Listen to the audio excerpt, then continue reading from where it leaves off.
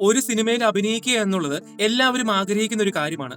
അഭിനയിക്കാൻ അവസരം കിട്ടിയില്ലെങ്കിലും സിനിമയിൽ ഒരു തവണ മുഖം കാണിക്കാനെങ്കിലും ചാൻസ് കിട്ടിയാൽ അത് വലിയൊരു കാര്യം തന്നെയാണ്. എന്നാൽ ചില ആളുകൾ ഒരുപാട് നിർബന്ധത്തിന് വഴങ്ങി സിനിമയിൽ അഭിനയിച്ചിട്ടുണ്ട്. അങ്ങനെയെങ്കിൽ ഒട്ടും താല്പര്യമില്ലാതിരുന്നിട്ടും മറ്റുള്ളവരുടെ കടുത്ത നിർബന്ധം കാരണം സിനിമയിൽ അഭിനയിച്ച ചിലരെ കുറിച്ചാണ് ഈ വീഡിയോയിൽ പറയാൻ പോകുന്നത്. അതുകൊണ്ട് പതിവ് പോലെ വീഡിയോ പൂർണ്ണമായി കാണാൻ ശ്രമിക്കുക. നിങ്ങളുടെ അഭിപ്രായങ്ങൾ കമന്റ് ബോക്സിൽ രേഖപ്പെടുത്തുകയും ചെയ്യുക.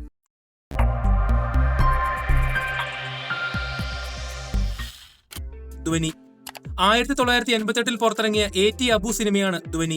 ഈ സിനിമയ്ക്ക് ഒരുപാട് പ്രത്യേകതകളുണ്ട്. അതായത് നിത്യഹരിത നായകനായ പ്രേം നസീർ അവസാനമായി അഭിനയിച്ച സിനിമയാണ് ധ്വനി. അതോടൊപ്പം പ്രശസ്ത ബോളിവുഡ് സംഗീത സംവിധായകനായ നൌഷാദ് അലി സംഗീതം കൊടുത്ത ഒരേ ഒരു മലയാള സിനിമയും കൂടിയാണ് ധ്വനി. ഈ സിനിമയുടെ ഒരു ഭാഗത്തായി കഥകളുടെ സുൽത്താനായ വൈക്കം മുഹമ്മദ് ബഷീർ അഭിനയിച്ചിട്ടുണ്ട്. ആശുപത്രിയിൽ കിടക്കുന്ന നെടുപടിവേടുവിനെ കാണാൻ വരുന്ന ഒരു വ്യക്തിയായിട്ടാണ് വൈക്കം മുഹമ്മദ് ബഷീർ ഈ സിനിമയിൽ അഭിനയിച്ചത്. ശബരി വന്നാ പറയൂ എന്നെ ഒന്ന് വിളിക്കണമെന്ന്. വെറും 12 സെക്കൻഡ് മാത്രമേ ബഷീർ ഈ സിനിമയിലുള്ളൂ. എന്നാൽ വൈക്കം മുഹമ്മദ് ബഷീർ ഈ സിനിമയിൽ അഭിനയിച്ചത് ഒട്ടും താല്പര്യത്തോടെയല്ല, പകരം സംവിധായകന്റെ നിർബന്ധം സഹിക്കാൻ വയ്യാഞ്ഞിട്ടാണ്. ഈ സിനിമയുടെ സംവിധായകനായ A.T. അബുവിന്റെ സുഹൃത്തായിരുന്നു വൈക്കം മുഹമ്മദ് ബഷീർ. തന്റെ സുഹൃത്തായ ബഷീറിനെ സിനിമയിൽ അഭിനയിപ്പിക്കണമെന്നുള്ളത് A.T. അബുവിന്റെ ഒരു ആഗ്രഹമായിരുന്നു. അതിനുവേണ്ടി ഒരുപാട് തവണ ബഷീറിനോട് സംസാരിച്ചെങ്കിലും ബഷീർ സമ്മതിച്ചില്ല. അങ്ങനെ A.T. അബു ഒരുപാട് നിർബന്ധിച്ച് മനസ്സില്ലാ മനസ്സോടെയാണ് വൈക്കം മുഹമ്മദ് ബഷീർ ഈ സിനിമയിൽ അഭിനയിച്ചത്. വൈക്കം മുഹമ്മദ് ബഷീർ അഭിനയിച്ച ഒരേ ഒരു മലയാള സിനിമയും കൂടിയാണ് ധ്വനി. മിസ്റ്റർ മരുമകൻ 2012 പുറത്തിറങ്ങിയ ദിലീപ് സിനിമയാണ് മിസ്റ്റർ മരുമകൻ. 1989 ഒരു തെലുഗു സിനിമയുടെ റീമേക്കാണ് ഈ സിനിമ. സിനിമയിൽ ബാബുരാജ് അവതരിപ്പിച്ച അഡ്വക്കേറ്റ് V.K. പണിക്കർ എന്ന കഥാപാത്രം നമ്മളെ ഒരുപാട് ചിരിപ്പിച്ച ഒന്നാണ്. എന്നാൽ ഒരുപാട് ആളുകളുടെ നിർബന്ധം കൊണ്ട് മാത്രമാണ് ബാബുരാജ് ഈ സിനിമയിൽ അഭിനയിച്ചത്. അതായത് ബാബുരാജിന്റെ ഈ കഥാപാത്രം വാസ്തവത്തിൽ ജഗതി ശ്രീകുമാർ ആയിരുന്നു അഭിനയിച്ചിരുന്നത്. ജഗതിയെ വെച്ച് സിനിമയിലെ ഒരുപാട് സീനുകൾ അവർ ഷൂട്ട് ചെയ്യുകയും ചെയ്തിരുന്നു.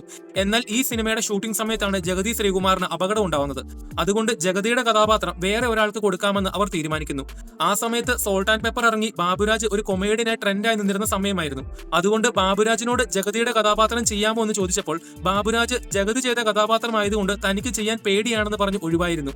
അങ്ങനെ സിനിമയുടെ എഴുത്തുകാരായ ഉദയകൃഷ്ണ സിബി.കെ. തോമസ് ഒരുപാട് നിർബന്ധിച്ചിട്ടാണ് ബാബുരാജിനെ കൊണ്ട് ആ ഒരു കഥാപാത്രം ചെയ്യിപ്പിച്ചത്. അങ്ങനെ ജഗതിയെ വെച്ച് ഷൂട്ട് ചെയ്ത എല്ലാ സീനുകളും അവർ ബാബുരാജിനെ വെച്ച് റീഷൂട്ട് ചെയ്ത് സിനിമ പൂർത്തീകരിക്കുകയാണ് ചെയ്തത്. മഴ പെയ്യുന്നു മദ്ദളം കൊട്ടുന്നു 1986 പ്രിയദർശൻ മോഹൻലാൽ സിനിമയാണ് മഴ പെയ്യുന്നു മദ്ദളം കൊട്ടുന്നു. സിനിമയുടെ അവസാന ഭാഗത്തായി മമ്മൂട്ടി ഒരു ഗസ്റ്റ് റോളിൽ വരുന്നുണ്ട്. വെറും 36 സെക്കൻഡ് മാത്രമേ മമ്മൂട്ടി ആ സീനിലുള്ളൂ. എന്നാൽ മമ്മൂട്ടി ആ സീനിൽ അഭിനയിച്ചത് തന്റെ സ്വന്തം ഇഷ്ടപ്രകാരമല്ല.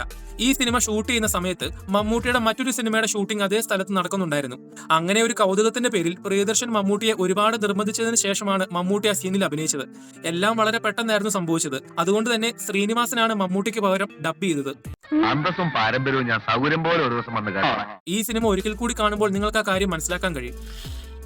ബ്ലാക്ക് 2004 പുറത്തിറങ്ങിയ മമ്മൂട്ടി സിനിമയാണ് ബ്ലാക്ക്. സിനിമയിൽ ലാൽ അവതരിപ്പിച്ച വില്ലൻ കഥാപാത്രമാണ് ഡെവിൻ കാർലോസ് പടവീടൻ. ലാലിന്റെ കരിയറിലെ ഏറ്റവും മികച്ച വില്ലൻ വേഷങ്ങളിൽ ഒന്നായ ഇത് ലാൽ ഒട്ടും താല്പര്യത്തോടെ അല്ല അഭിനയിച്ചതെന്ന് പറഞ്ഞാൽ നിങ്ങൾ എത്ര പേർ വിശ്വസിക്കും? അതെ, സംഭവം ശരിയാണ്. കാരണം ലാലിന്റെ ഈ ഒരു കഥാപാത്രം വാസ്തവത്തിൽ ചെയ്യാനിരുന്നത് രഘുവരനായിരുന്നു. എന്നാൽ പെട്ടെന്നുണ്ടായ ചില കാരണങ്ങൾ മൂലം രഘുവരൻ ഈ സിനിമയിൽ നിന്ന് പിന്മാറുന്നു. ബ്ലാക്ക് എന്ന സിനിമയുടെ നിർമ്മാതാവ് ലാൽ ആയതുകൊണ്ട് സംവിധായകനായ രഞ്ജിത്ത് ലാലിനോട് ആ കഥാപാത്രം ചെയ്യാൻ പറയുന്നു. എന്നാൽ ലാലിന് അത് ചെയ്യാൻ ബുദ്ധിമുട്ടുണ്ടായിരുന്നു. കാരണം ആ സമയത്ത് ഒരുപാട് വില്ലൻ വേഷങ്ങൾ ചെയ്തതുകൊണ്ട് ലാലിന്റെ മകൾ സ്കൂളിൽ പോകുമ്പോൾ കൂട്ടുകാരൊക്കെ നിന്റെ അച്ഛൻ ദുഷ്ടനാണല്ലേ എന്ന് പറഞ്ഞ് കളിയാക്കുമായിരുന്നു. അങ്ങനെ ഇനിയൊരു പരാതി ഉണ്ടാവാതിരിക്കാൻ താൻ ഇനി വില്ലൻ വേഷങ്ങളിൽ അഭിനയിക്കില്ലെന്ന് ലാൽ തീരുമാനിച്ചിരുന്നു. എന്നോട് ചെയ്യാൻ പറഞ്ഞു. അപ്പോൾ ഞാൻ പറഞ്ഞു വീട്ടിൽ പ്രശ്നമാണ്, കുഴപ്പമൊന്നും. എന്നാൽ സംവിധായകനായ രഞ്ജിത്തും മറ്റാളുകളും ലാലിന്റെ വീട്ടിൽ വന്ന് മകൾ ഉൾപ്പെടെ എല്ലാവരെയും പറഞ്ഞ് കൺവിൻസ് ആക്കിയതിനു ശേഷമാണ് ലാൽ ഈ കഥാപാത്രം ചെയ്യുന്നത്. പക്ഷേ ഇതൊന്നും പെട്ടെന്നുണ്ടായ സംഭവമല്ല. ഒരുപാട് ദിവസങ്ങളോളം ലാലിനെ നിർബന്ധിച്ചതിന് ശേഷമാണ് ലാൽ ഈ കഥാപാത്രം അഭിനയിക്കാൻ തീരുമാനിക്കുന്നത്.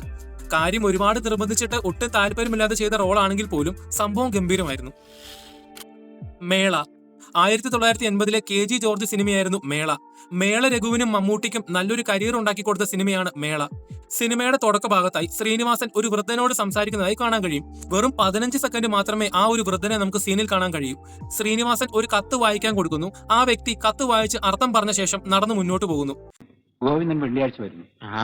പെട്ടെന്ന് കാണുമ്പോൾ ഇതിൽ വലിയ പ്രത്യേകതകളൊന്നും തോന്നില്ലായിരിക്കും. എന്നാൽ ആ ഒരു സീനിന് ശ്രീനിവാസന്റെ ജീവിതവുമായി ഒരു വലിയ ബന്ധമുണ്ട്. അതായത് സ്കൂളിൽ പഠിക്കുന്ന സമയത്ത് ശ്രീനിവാസന് ഒരുപാട് ഇഷ്ടപ്പെട്ട ഒരു മാഷുണ്ടായിരുന്നു. താൻ ഇഷ്ടപ്പെട്ട മാഷിനെ തനിക്ക് എപ്പോഴും കാണാൻ വേണ്ടി ശ്രീനിവാസൻ ചെയ്ത ഒരു തന്ത്രമായിരുന്നു തന്റെ സ്വന്തം നാടായ കണ്ണൂരിൽ താൻ അഭിനയിക്കുന്ന ഒരു സിനിമയിൽ മാഷിന് ഒരു റോള് കൊടുക്കുക എന്നുള്ളത്. അങ്ങനെ ശ്രീനിവാസൻ ഒരുപാട് നിർബന്ധിച്ച ശേഷമാണ് ആ മാഷ് സിനിമയിൽ അഭിനയിച്ചത്. അതുകൊണ്ട് തന്നെ താൻ ഒരുപാട് ഇഷ്ടപ്പെട്ട മാഷിന്റെ മരണശേഷവും ശ്രീനിവാസന് തന്റെ പ്രിയപ്പെട്ട മാഷിനെ ആ ഒരു സിനിമയിലെ സീനിലൂടെ കാണാൻ കഴിയും. എന്നാലും ഇത് വല്ലാത്തൊരു ഗുരുഭക്തിയായിപ്പോയി. വിനോദയാത്ര. 2007 സത്യൻ അന്തിക്കാട് ദിലീപ് സിനിമയാണ് വിനോദയാത്ര. സിനിമയിലെ നായികയായ മീര ജാസ്മിന്റെ പെർഫോമൻസ് അതിഗംഭീരമായിരുന്നു. എന്നാൽ സത്യൻ അന്തിക്കാട് ഒരുപാട് നിർബന്ധിച്ച് മനസ്സില്ല മനസ്സോടെയാണ് മീര ജാസ്മിൻ ആ സിനിമയിൽ അഭിനയിച്ചത്. അതിന്റെ കാരണം സത്യൻ അന്തിക്കാടിന്റെ ഓവർ കോൺഫിഡൻസ് ആയിരുന്നു. അതായത് സത്യൻ അന്തിക്കാടിന്റെ ഒരു ഓവർ കോൺഫിഡൻസ് ഉണ്ടായിരുന്നു. സംഭവം വേറൊന്നുമല്ല, സത്യൻ അന്തിക്കാട് ഒരുപാട് പുതുമുഖ നടിമാരെ കണ്ടെത്തി അഭിനയിപ്പിച്ച് പിന്നീട് അവർ വലിയ നായികമാരായി തീർന്നിട്ടുണ്ട്. സംയുക്ത വർമ്മ, നയൻതാര, അസിൻ എന്നിവരെല്ലാം ഇതിന് ഉദാഹരണമാണ്. വിനോദയാത്ര ചെയ്യുമ്പോൾ അതുപോലെ തന്നെ ഒരു പുതുമുഖ നായികയെ കണ്ടെത്തി അഭിനയിപ്പിക്കാമെന്ന് സത്യൻ അന്തിക്കാട് തീരുമാനിക്കുന്നു. അതുകൊണ്ട് അല്പം റിസ്ക് എടുത്തിട്ടാണെങ്കിലും സത്യൻ അന്തിക്കാട് തമിഴ്നാട്ടിൽ നിന്നും ഒരു പുതുമുഖ നായികയെ കൊണ്ടുവരുന്നു. എന്നാൽ എത്ര അഭിനയിപ്പിച്ചിട്ടും ശരിയാവാത്ത ആ ഒരു നായിക അവസാനം സത്യൻ അന്തിക്കാടിന് ഒരു വലിയ തലവേദനയായി തീരുന്നു. അങ്ങനെ ഒരു നിവൃത്തിയില്ലാതെ സത്യൻ അന്തിക്കാട് മീര ജാസ്മിനെ വിളിച്ച് ഈ സിനിമയിൽ അഭിനയിപ്പിക്കുകയായിരുന്നു ചെയ്തത്. എന്നാൽ ആ സമയത്ത് മീര ജാസ്മിൻ ഒരുപാട് പ്രൊജക്ടുകളുമായി നല്ല തിരക്കിലായിരുന്നു. സത്യൻ അന്തിക്കാട് ഒരുപാട് നിർബന്ധിച്ചതിന് ശേഷം മാത്രമാണ് മീര ജാസ്മിൻ സിനിമയിൽ മനസ്സില്ല മനസ്സോടെ വന്ന് റിസ്ക് എടുത്ത് അഭിനയിച്ചത്. ഇതുപോലെ തന്നെ സംഭവിച്ച മറ്റൊരു സത്യൻ അന്തിക്കാട് സിനിമയായിരുന്നു ഗോളാന്തര വാർത്ത. മമ്മൂട്ടിയുടെ നായികയായ ശോഭനയുടെ കഥാപാത്രം ഇതുപോലെ തന്നെ സത്യൻ അന്തിക്കാട് ഒരുപാട് നിർബന്ധിപ്പിച്ച് അഭിനയിപ്പിച്ചതാണ്. പക്ഷേ ഇവരൊക്കെ ഒരുപാട് നിർബന്ധം കാരണം മനസ്സില്ല മനസ്സോടെ അഭിനയിച്ചവരാണെങ്കിൽ പോലും സിനിമയിൽ ഇവരുടെ പെർഫോമൻസ് അതിഗംഭീരമായിരുന്നു. മനു അങ്കിൾ. 1988 ഡെന്നിസ് ജോസഫ് സിനിമയാണ് മനു അങ്കിൾ. സിനിമയിൽ ആരും മറക്കാത്തൊരു കഥാപാത്രമാണ് സുരേഷ് ഗോപിയുടെ മിന്നൽ പ്രതാപൻ. എല്ലാവരെയും ചിരിപ്പിച്ച ആ ഒരു കഥാപാത്രം സുരേഷ് ഗോപി മറ്റുള്ളവരുടെ നിർബന്ധം കാരണം മനസ്സില്ല മനസ്സോടെ ചെയ്ത ഒന്നാണ്. അതായത് വാസ്തവത്തിൽ ജഗതി ശ്രീകുമാർ ആയിരുന്നു ആ ഒരു കഥാപാത്രം ചെയ്യേണ്ടിയിരുന്നത്. എന്നാൽ ജഗതിക്ക് ആ സമയത്ത് അവിടുത്തെ ലൊക്കേഷനിൽ എത്താൻ കഴിഞ്ഞില്ല. സുരേഷ് ഗോപിയുടെ അച്ഛൻ ഗോപിനാഥപിള്ള ഒരു ഫിലിം ഡിസ്ട്രിബ്യൂട്ടർ ആയതുകൊണ്ട് സുരേഷ് ഗോപി മനു അങ്കിളിന്റെ ഷൂട്ടിംഗ് കാണാൻ വേണ്ടി ആ സെറ്റിൽ എത്തിയിരുന്നു. അങ്ങനെ അവിടെയുള്ള സംവിധായകന്മാർ പെട്ടെന്ന് സുരേഷ് ഗോപിക്ക് ഈ റോൾ കൊടുത്ത് നിർബന്ധിപ്പിച്ച് അഭിനയിപ്പിക്കുകയായിരുന്നു ചെയ്തത്. ഒരുപാട് നിർബന്ധിപ്പിച്ച് മനസ്സില്ല മനസ്സോടെയാണ് സുരേഷ് ഗോപി അത് ചെയ്തതെങ്കിലും സുരേഷ് ഗോപിയുടെ കരിയറിലെ വൺ ഓഫ് ദ ബെസ്റ്റ് കഥാപാത്രങ്ങളിൽ ഒന്നാണ് മിന്നൽ പ്രതാപൻ. നേരം. 2013 അൽഫോൻസ് പുത്രൻ സിനിമയാണ് നേരം. ഈ സിനിമ ഒരേ സമയം മലയാളത്തിലും തമിഴിലുമായിട്ടാണ് ഷൂട്ട് ചെയ്തിരുന്നത്. സിനിമയിൽ ഷമ്മി തിലകൻ അവതരിപ്പിച്ച കഥാപാത്രമായിരുന്നു ഊക്കൻ ടിൻഡു എന്ന പോലീസുകാരൻ. എന്നാൽ ഷമ്മി തിലകൻ ആയിരുന്നില്ല ആ ഒരു കഥാപാത്രം ചെയ്യേണ്ടിയിരുന്നത്. അൽഫോൻസ് പുത്രൻ ഷമ്മി തിലകനെ കണ്ട് ഒരുപാട് പറഞ്ഞെങ്കിലും ഷമ്മി തിലകൻ സമ്മതിച്ചിരുന്നില്ല.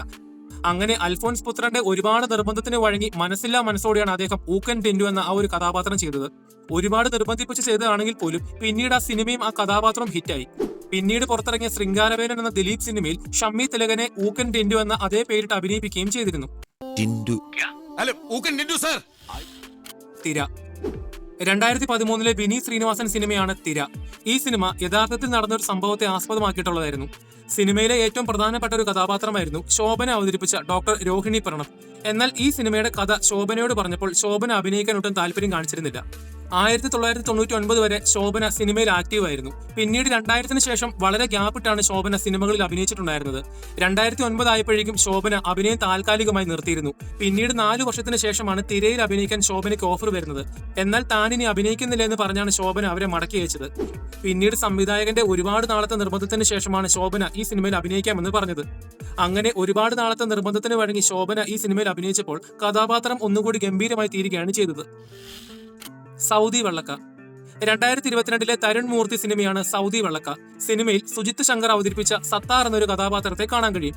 എന്നാൽ ഈ ഒരു കഥാപാത്രം വന്നതിന്റെ പിന്നിലെ കഥ ഭയങ്കര രസമാണ്. അതായത് ഒരുപാട് ഇമോഷൻസ് ഉള്ള കഥാപാത്രമായിരുന്നതുകൊണ്ട് സംവിധായകൻ പല നടന്മാരെയും ഈ ക്യാരക്ടർ ചെയ്യാൻ വേണ്ടി വിളിച്ചിരുന്നു. സണ്ണി വെയിൻ, സുധി കോപ്പ, നീരജ് മാധവ്, അങ്ങനെ ഒരുപാട് ആളുകൾ. പക്ഷേ ഇവരെല്ലാം തിരക്കായതുകൊണ്ട് ആ ഒരു കഥാപാത്രം ചെയ്യാൻ അദ്ദേഹത്തിന് ആരെയും കിട്ടിയില്ല. ആരെയും കിട്ടാത്തത് കൊണ്ട് സംവിധായകനായ തരുൺ മൂർത്തി അവസാനം സ്വയം അഭിനയിക്കാൻ വരെ തീരുമാനിച്ചിരുന്നു. പ്രൊഡ്യൂസർ എന്നോട് അഭിനയിക്കാൻ പറഞ്ഞു. അങ്ങനെ ആ ഒരു കഥാപാത്രത്തിന്റെ ഷൂട്ടിങ്ങിന് വെറും അരമണിക്കൂർ മുൻപാണ് സുജിത് ശങ്കറിനെ ഒരുപാട് നിർബന്ധിപ്പിച്ച് വിളിച്ച് അഭിനയിപ്പിച്ചത്. അതിന് സംവിധായകനെ സഹായിച്ചത് മൂത്തോൻ എന്ന സിനിമയിലെ അദ്ദേഹത്തിന്റെ ഗംഭീര പെർഫോമൻസ് ആയിരുന്നു. അരമണിക്കൂർ മുൻപാണ് പറഞ്ഞതെങ്കിലും എത്ര മനോഹരമായിട്ടാണ് അദ്ദേഹം സത്താർ എന്ന ഒരു കഥാപാത്രത്തെ അവതരിപ്പിച്ചതെന്ന് ആ സിനിമ കാണുമ്പോൾ നമുക്ക് മനസ്സിലാക്കാൻ കഴിയും. കളിയാട്ടം. 1997 ജയരാജ് സിനിമയാണ് കളിയാട്ടം. സിനിമയിൽ ലാൽ അവതരിപ്പിച്ച വില്ലൻ കഥാപാത്രം അതിഗംഭീരമായിരുന്നു. ലാലിന്റെ കരിയറിലെ ഏറ്റവും മികച്ച കഥാപാത്രങ്ങളിലൊന്നായ ഇത് ഒട്ടും താല്പര്യമില്ലാതെ നിർബന്ധിച്ച് അഭിനയിപ്പിച്ചതാണെന്ന് പറഞ്ഞാൽ നിങ്ങൾ വിശ്വസിക്കുമോ? അതെ, സംഭവം സത്യമാണ്. അതായത് ആ സമയത്ത് ലാല് ഒരു സംവിധായകനും എഴുത്തുകാരനും മാത്രമായിരുന്നു. മറ്റ് സിനിമകളിലൊന്നും ലാൽ അഭിനയിച്ചിരുന്നില്ല. സംവിധായകനായ ജയരാജ് ഒരുപാട് നിർബന്ധിച്ചാണ് ലാലിനോട് ഈ ഒരു കഥാപാത്രം ചെയ്യാൻ പറയുന്നത്. എന്നാൽ ലാല് ആദ്യമൊന്നും ഇത് ചെയ്യാൻ തയ്യാറായിരുന്നില്ല. 2 ദിവസം ഞാൻ നോക്കും, എന്നിട്ടും എനിക്ക് ഓക്കെ ആയില്ലെങ്കിൽ ഞാൻ ഇറങ്ങി പോകുമെന്നാണ് ലാല് ജയരാജിനോട് അന്ന് പറഞ്ഞത്. 3 ദിവസം ഞാൻ നോക്കും, അതല്ലെങ്കിൽ ഞാൻ തിരിച്ചു പോകും. അങ്ങനെ ലാൽ ആ കഥാപാത്രം ചെയ്യാതെ പോയിരുന്നെങ്കിൽ പകരം ചെയ്യാൻ ജയരാജ് കണ്ടെത്തിയിരുന്ന ഒരു നടനായിരുന്നു മുരളി.